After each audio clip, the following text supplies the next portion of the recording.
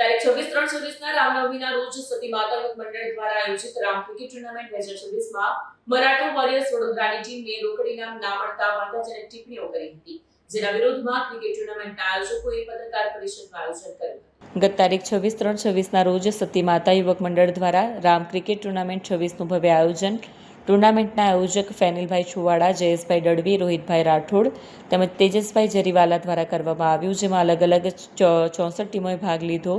તમામ ટીમોને ટુર્નામેન્ટમાં ફ્રી એન્ટ્રી આપવામાં આવી અને મરાઠા વોરિયર્સ વડોદરાની ટીમ ફાઇનલ મેચમાં વિજેતા થઈ।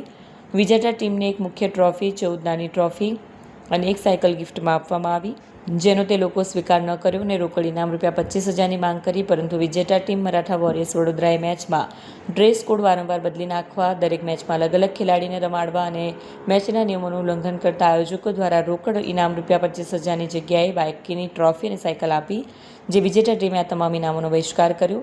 હવે વિજેતા team Maratha warriors Vadodara Shri Ram cricket ટુર્નામેન્ટના આયોજક ફેનિલ છુવાડા વિરુદ્ધ અપમાનજનક ટિપ્પણીઓ અને વિડીયો વાયરલ કર્યા તેમજ ભગવાન રામનું પણ અપમાન કર્યું, જેના વિરુદ્ધમાં ક્રિકેટ ટુર્નામેન્ટના આયોજક ફેનિલ છુવાડા અને અન્ય મેચના આયોજકો દ્વારા પરિષદનું આયોજન કરાયું અને જણાવવામાં આવ્યું કે જો વિજેતા ટીમ આ અપમાનજનક કૃત્ય બદલ માફી નહીં માંગે તો તેમની સામે યોગ્ય કાયદાકીય પગલાં લેવામાં આવશે। ચીફ રિપોર્ટર કિશોર ઠાકોર। અમે બી આ ટુર્નામેન્ટમાં ફાઇનલમાં આવેલા હતા। ટુર્નામેન્ટમાં ટર્મ્સ એન્ડ કન્ડિશન હતી જે બરોડાવાલાએ ફોલો કરી નથી, એટલે એ લોકોને રોકડ ઇનામ આપવામાં આવ્યું નથી ને આ ટુર્નામેન્ટમાં એન્ટ્રી એકદમ ફ્રી રાખવામાં આવેલી હતી। વિજેતા ટીમને કેશ ઇનામ હતું, પણ જે ટર્મ્સ એન્ડ કન્ડિશન ફોલો કરે એ જ ટીમને રાખવામાં આવેલું હતું। બરોડાવાલાએ ફોલો કર્યો નથી, તેથી એ લોકો રોકડ ને ટ્રોફી ને ઇનામ એ તો બધા જ ખેલાડીઓને મળ્યા છે, જે best batsman, best bowler, best man of the match આવ્યા। વિજેતા ટીમને ને જે ટીમ ફાઇનલમાં આવી એને પણ ટ્રોફી મળેલી છે। મારું નામ ફેનિલ અહેમદભાઈ છુવાડા છે।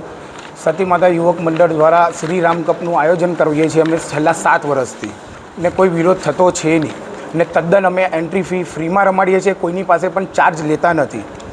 આ વખતે શું વિવાદ?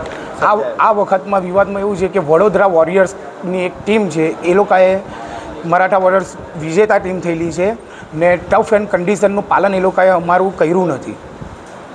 તો શું એ લોકોએ વિડીયો બનાવ્યો છે અને પોલીસ સ્ટેશનમાં શા માટે જવાની જરૂર?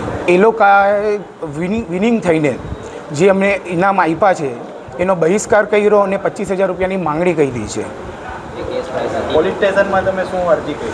પોલીસ સ્ટેશનમાં મેં અરજી કરેલી છે, જે તમે આ જોઈ શકો છો। આ કાચી એક અરજી કરેલી છે। કાલ સવાર સુધીમાં એ લોકોનો માફીનો વિડીયો નહીં આવશે તો અમે કાયદેસરના કાલે પગલાં લેવાના છે। એ લોકોએ કયા પ્રકારનો વિડીયો બનાવીને તમારા પર આક્ષેપ કર્યો? એ લોકોએ શ્રી રામ ભગવાનનું અપમાન કર્યું છે, અમારું અપમાન કરેલું છે, અમારા સ્પોન્સરોનું અપમાન કરેલું છે, ચોર શબ્દનો ઉપયોગ કરેલો છે, એના લીધે અમે કાર્યવાહી કરવાના છે। કઈ રીતે એ લોકો ટર્મ્સ એન્ડ કન્ડિશનમાં નથી બેસતા રોકડ ઇનામ? એ લોકો ટી-શર્ટ, શૂઝ પ્લસ એ લોકો દરેક મેચમાં અલગ અલગ પ્લેયરને લઈને રમેલા છે, તે અમારા રૂલ્સના ખિલાફ છે।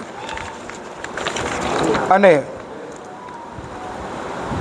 વ્રિજેશ ખરાડી કરીને વડોદરાનો એક બ્લોકર છે, વ્રિજેશ ખરાડી કરીને, એને અમે નમ્ર વિનંતી કરીએ છીએ કાલ સુધીમાં એનો માફીનો વિડીયો નહીં આવશે તો અમે ભારે વિરોધ પ્રદર્શન કરશું કાલે પોલીસ સ્ટેશનમાં। સમાધાન પર હાથ લાંબો કરશો તો તમે સમાધાન કરશો?